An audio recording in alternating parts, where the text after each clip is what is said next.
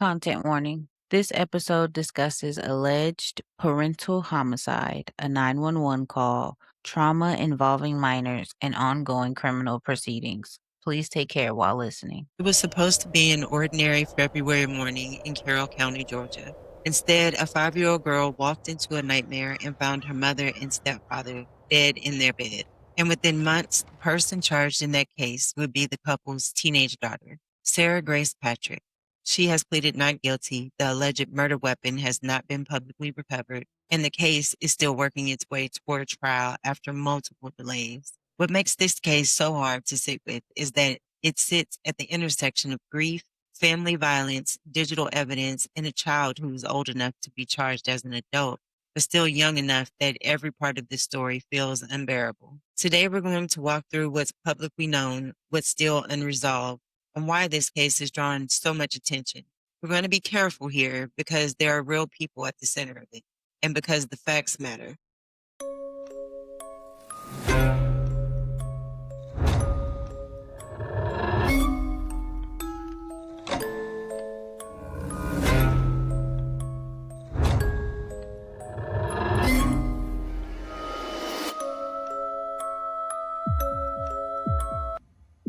Hey everyone, welcome back to Coffee and Crime with Mom. I'm Zaylee. And I'm Nicole, Mom.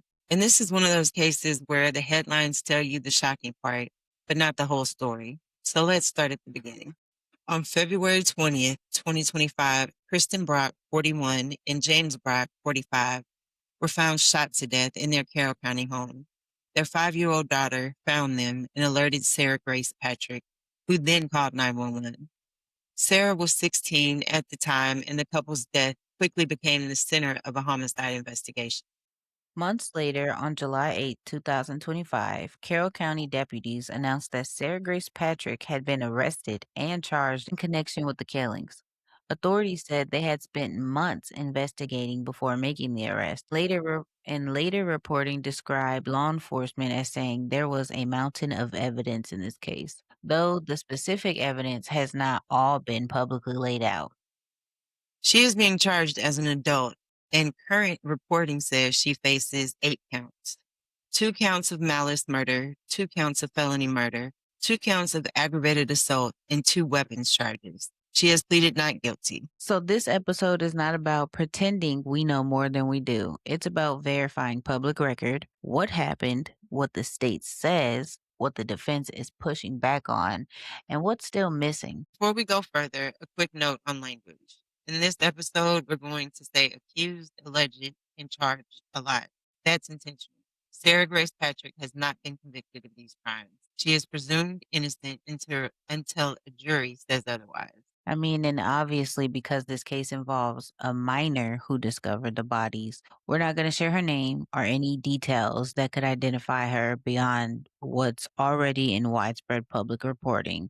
That tragedy here is big enough without adding to it. And we're also not going to be like we normally would be on our cases where like this person did it, this person did it. Frankly, it's different than when we covered like the McKenzie case in the crash because this one is kind of we really don't know anything. They had at least some evidence out there, and we haven't heard much in this case, and so it's still a young girl whose parents just died. So we want to be respectful of that. When the arrest was first announced, local news covered the sheriff's press conference. Here's how they described the strength of that case. From the very moment the 911 call was received, a relentless investigation began, one that would span months, consume thousands of man-hours, and require the full weight of the local and federal law enforcement agency partnerships.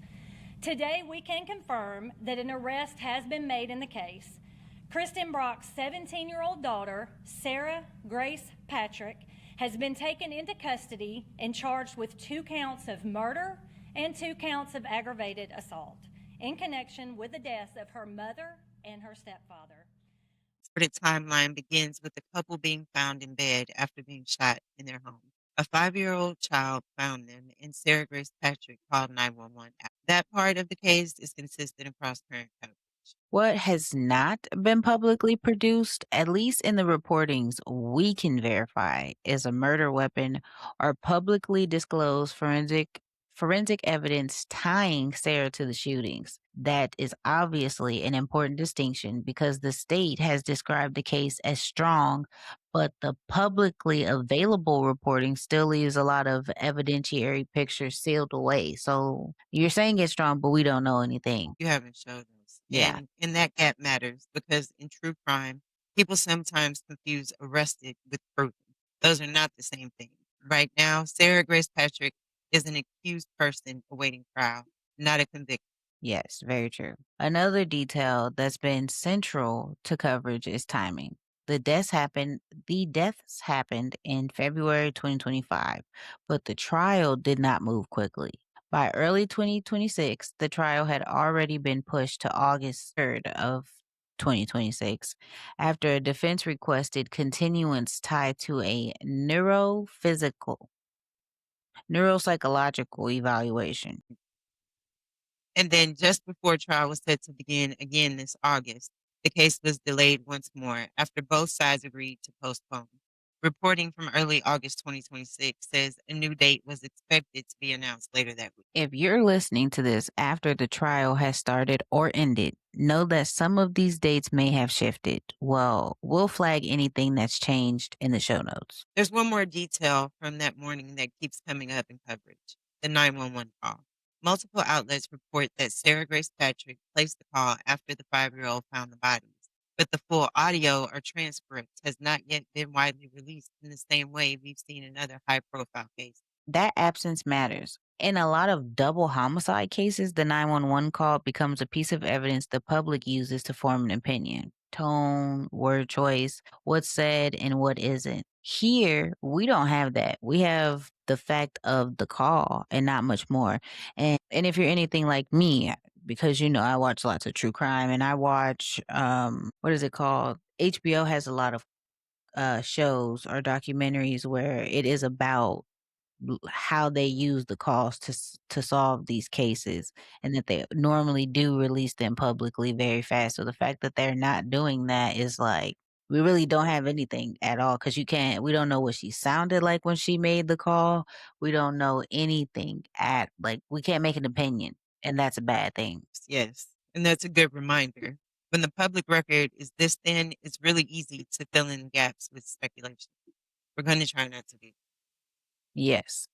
So let's talk about the investigation itself, you guys, because this is where the public record becomes more limited and more carefully worded. Authorities have said the case involved extensive evidence gathering, but the most reliable reporting we have does not publicly spell out every item in the file. What we do know is that the investigation stretched over months and involved state law enforcement and ultimately led to the July 2025 arrest. We also know the defense has been actively challenging the pace and completeness of discovery. In January 2026, the trial was delayed after the prosecution sought more time to review a defense neuropsychologist evaluation.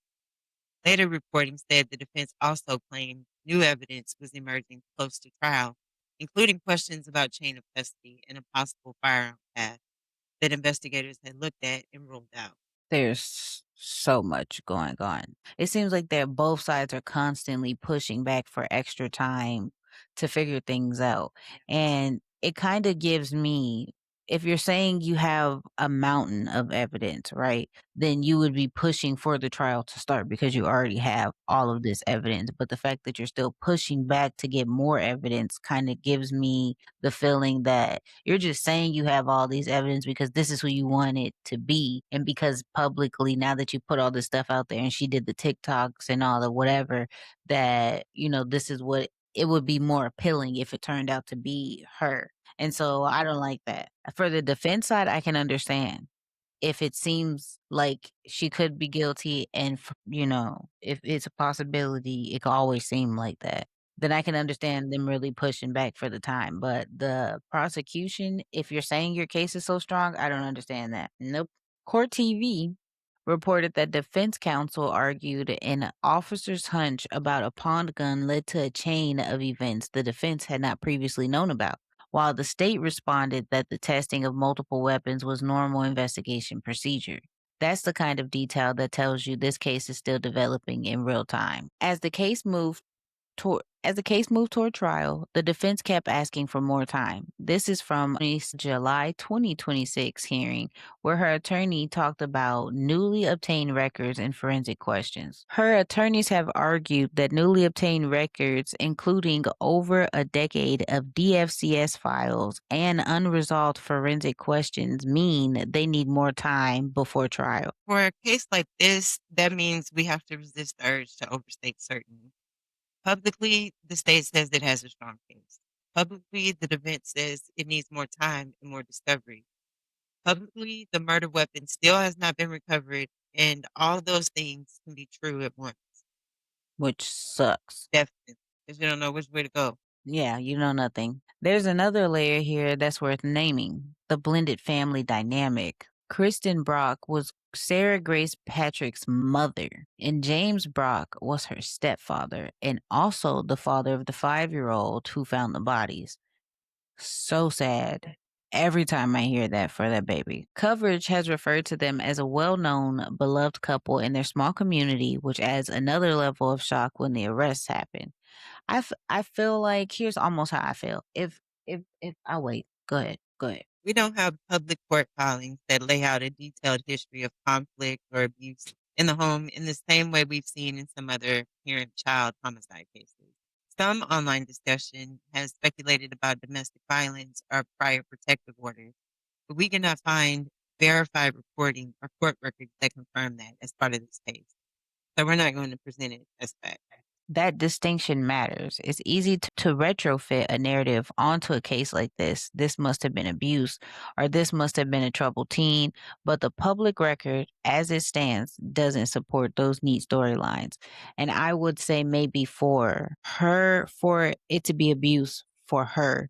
But I did see a Facebook post from the mom where she was saying some kind of sketchy stuff about the dad. Just to look at that, it's like something was happening for her to have said what she said. You never know what happened. And that's the only thing that makes it kind of weird because if you're doing it, even if it was like a defense thing for your mom, maybe it started off as you defending your mom and then maybe your mom like switched up on you or whatever. We don't know. We don't know.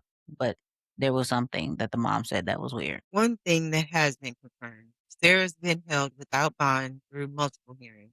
Judges have denied bond more than once, citing the seriousness of the charges, and in at least one hearing, agreeing with prosecutors that there had been no material change since earlier rulings.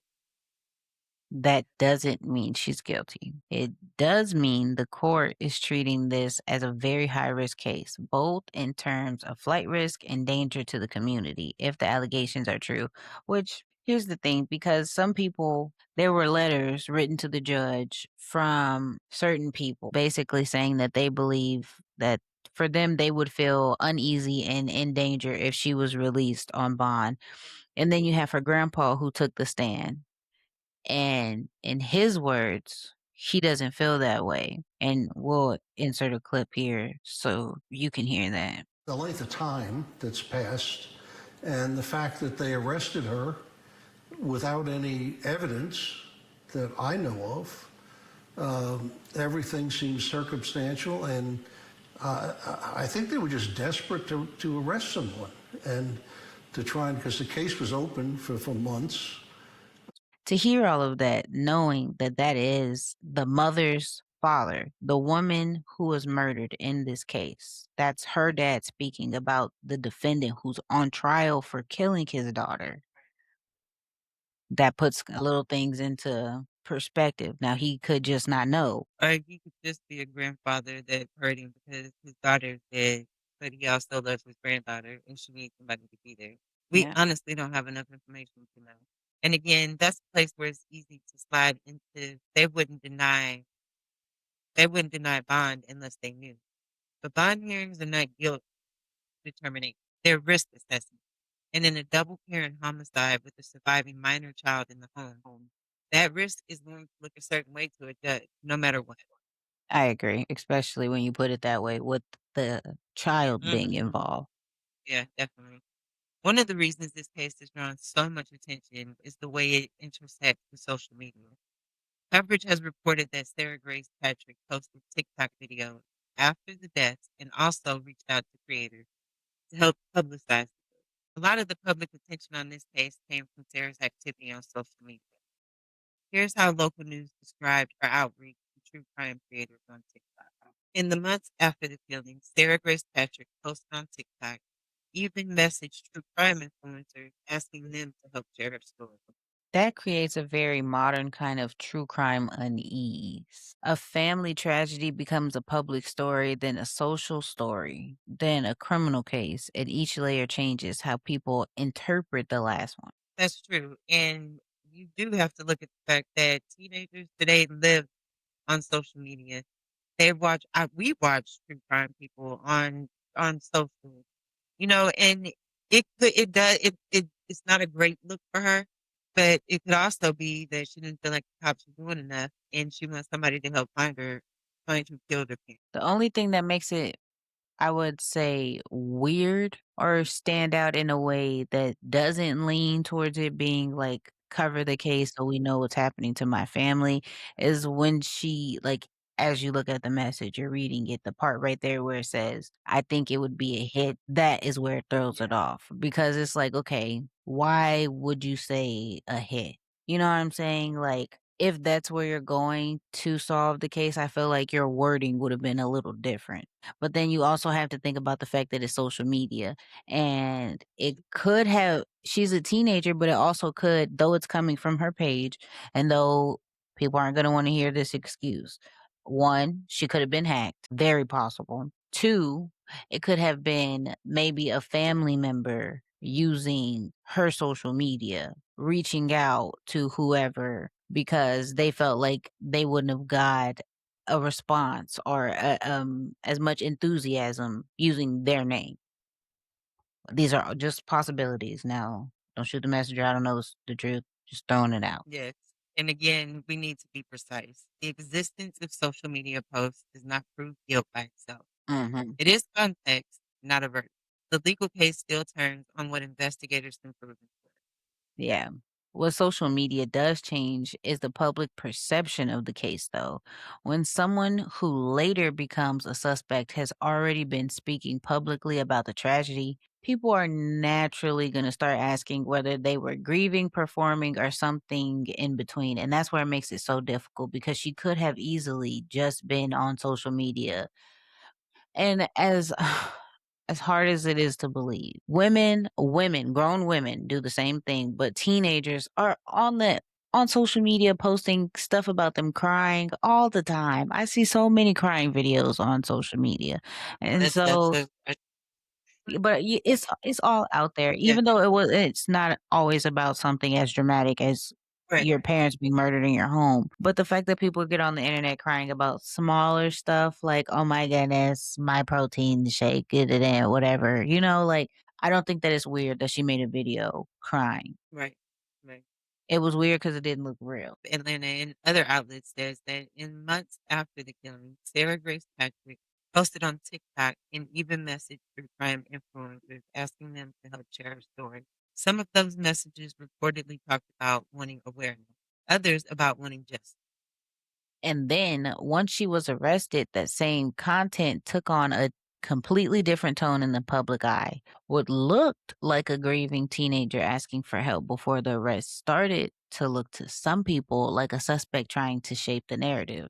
And that's why it's so hard because the internet makes it so easy for it to like distort your perception Right. of what's actually happening. So you have to be careful. But here's the thing. Both of those interpretations could be oversimplifying what was actually going on. A 16-year-old dealing with the sudden death of her mom and stepfather, living in a small town with a 5-year-old half sibling in the house.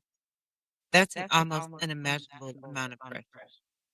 I mean, Okay. and then layer on top of that a homicide investigation, rumors, and eventually an arrest. It's not surprising that social media became a place to try to control at least some part of the story in a situation she literally has no control over, Those we have issues when we don't have control over the situation. for She's a sure. 16-year-old girl.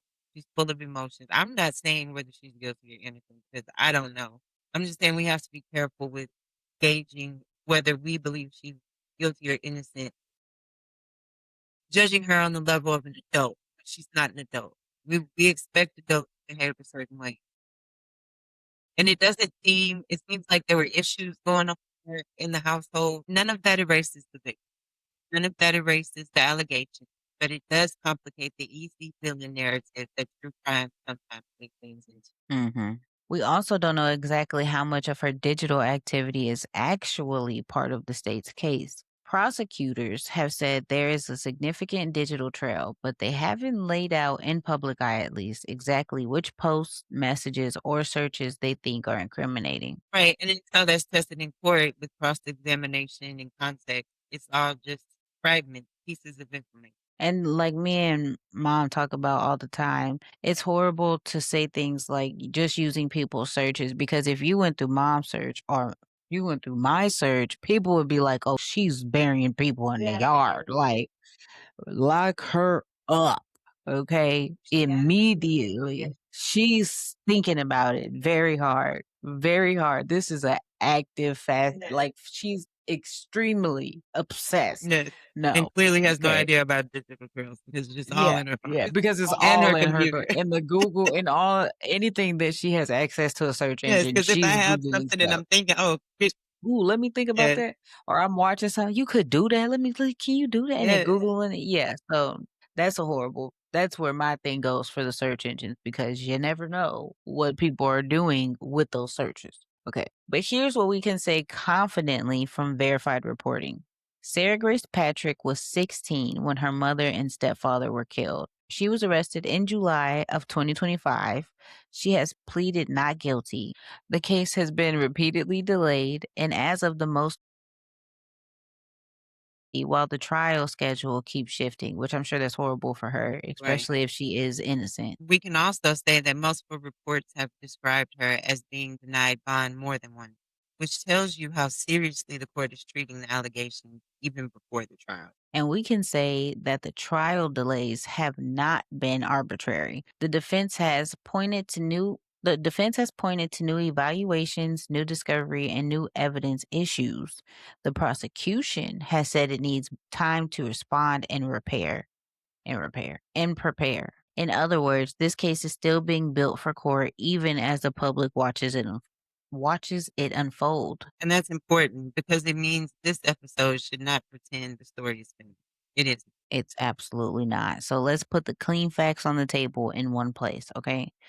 Kristen Brock and James Brock were found shot to death in their Carroll County home on February 20th, 2025. Unfortunately, their 5-year-old daughter found them, told Sarah Grace Patrick, and she called 911 afterward. Patrick was arrested for the murders in July of 2025 and charged as an adult since she has pleaded not guilty. The alleged murder weapon has not been publicly recovered, and this case has been delayed multiple times, most recently in early August 2026. We're in August? We are not. Most recently this month, yesterday. And what we do not know publicly is just as important.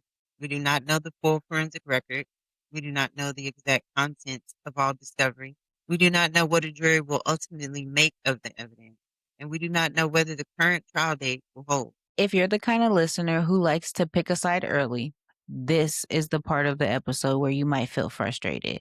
But this is also the part where we have to be honest. We don't have enough to do that responsibly. And that's exactly why we wanted to do this episode now instead of waiting for a verdict.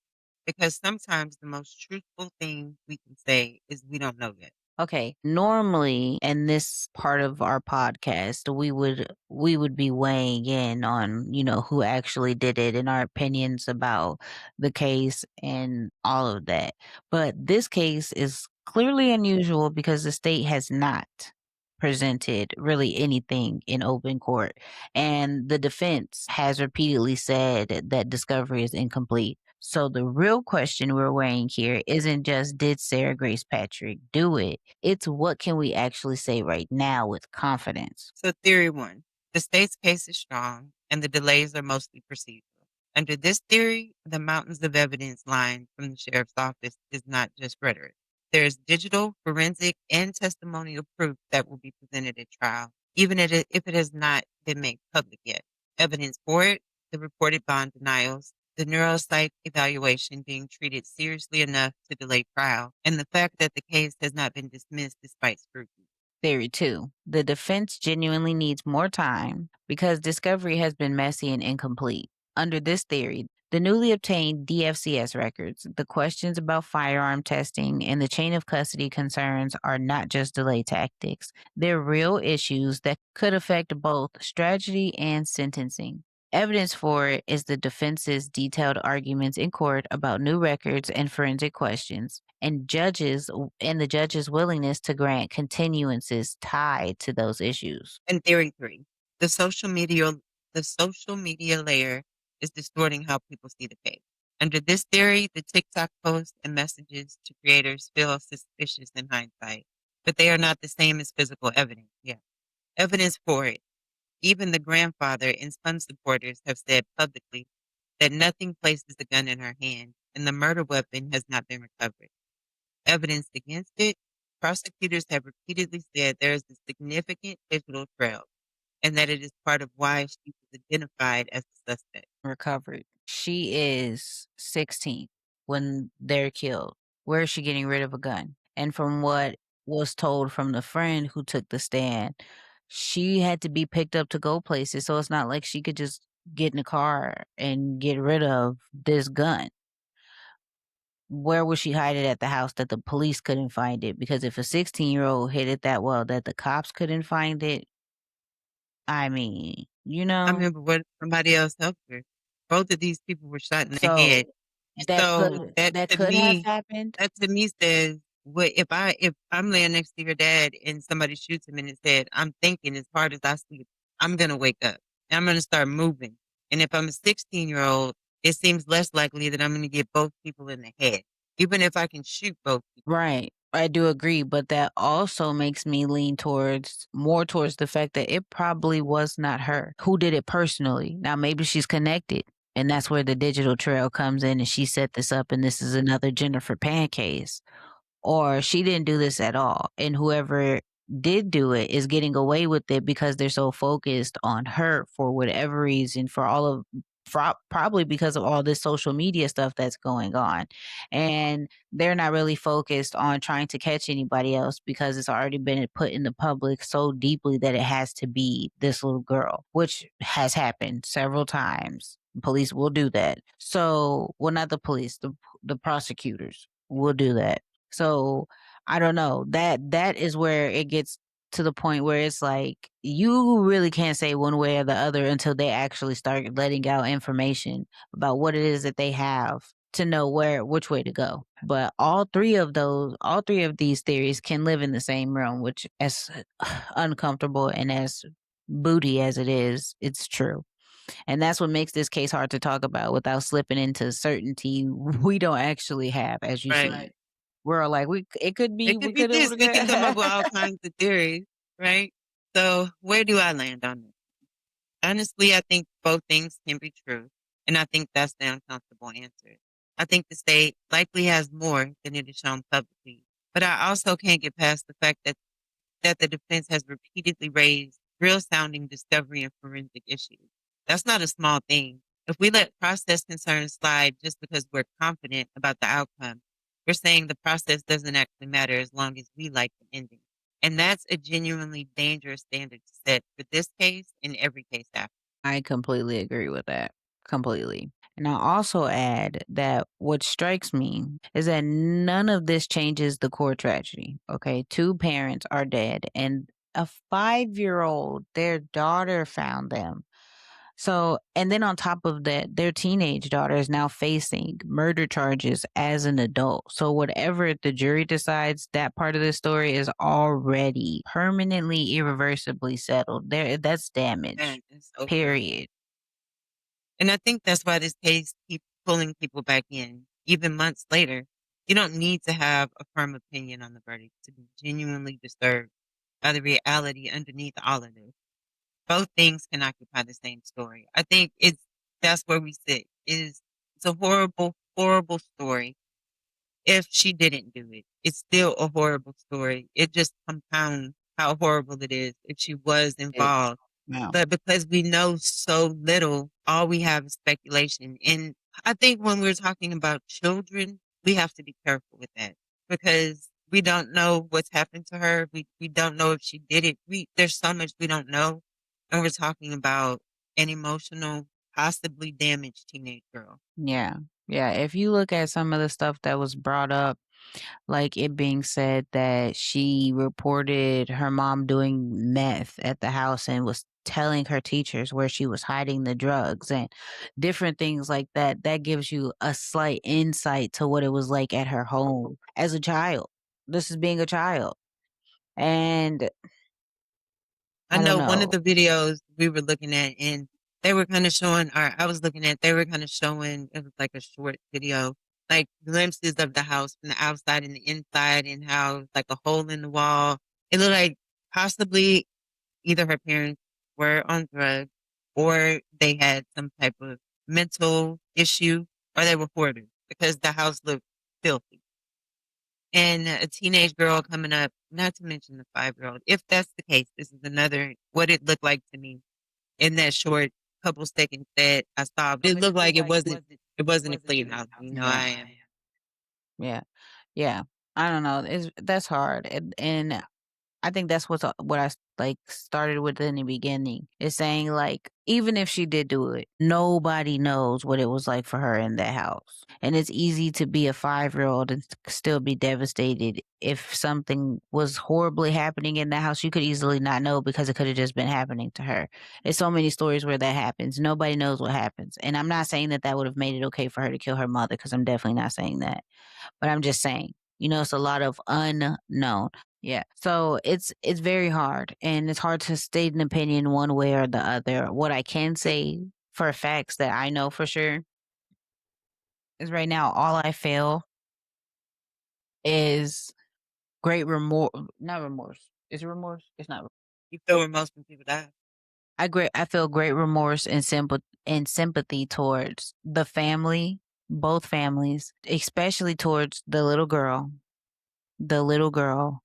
and and to Sarah right now because I mean we don't know what happened and if she is innocent and you're going through all of this as a teenager and you just lost your mom regardless to what happened, that's still one of the most important people in your life. It's a horrible situation to be in. So as of now, not knowing whether she did it or not, I can definitely um have, what is it, sympathy, empathy, whichever the these for Sarah and her family and everything that's going on. And to the grandpa to be able to sit on the stand and be like, I don't feel like she's a threat. I'm not worried about her being a threat to the witnesses. And, if need be, if she possibly needed somewhere to stay and she couldn't be with her friend, she could come stay with me. That's a lot to say Yeah, when she's the one that is on trial for murdering your daughter. yeah. So this is one of those cases that makes you realize how much of true crime is really about waiting for discovery, waiting for motion, waiting for trial, waiting for the court to turn suspicion into proof. And while we wait, we have to be careful not to turn rumor into fact. This case is shocking enough on the verified record alone. Definitely. And we'll keep following it as it moves through the court because this one is far from over. Very far from over. But if you are one of the people who are interested in all the current cases or you just happen to like this specific case, please leave us a review. Please let us know what it is that you're thinking in this current moment with all the lack of evidence, or tell us your opinion about how you think things are going and why it is such a hold in getting her trial even started with the delays and everything in the comments. Leave some reviews. We look at everything. And if you guys have any other cases to send this way, we have done a couple episodes based off of you guys' giving us cases. So Right. we love when you guys let us know what you think is interesting, what you think about the cases. We love all of that. So please like, comment, subscribe, share, Photoshop, Right. screenshot, do what you got to do. I But know we ask that all the time, but it makes a big difference. It gets us seen. It helps us get out there so other people mhm, can hear the stories. We're here. We love doing this. We want to find our tribe. We think we are now, and we're loving it. So yes.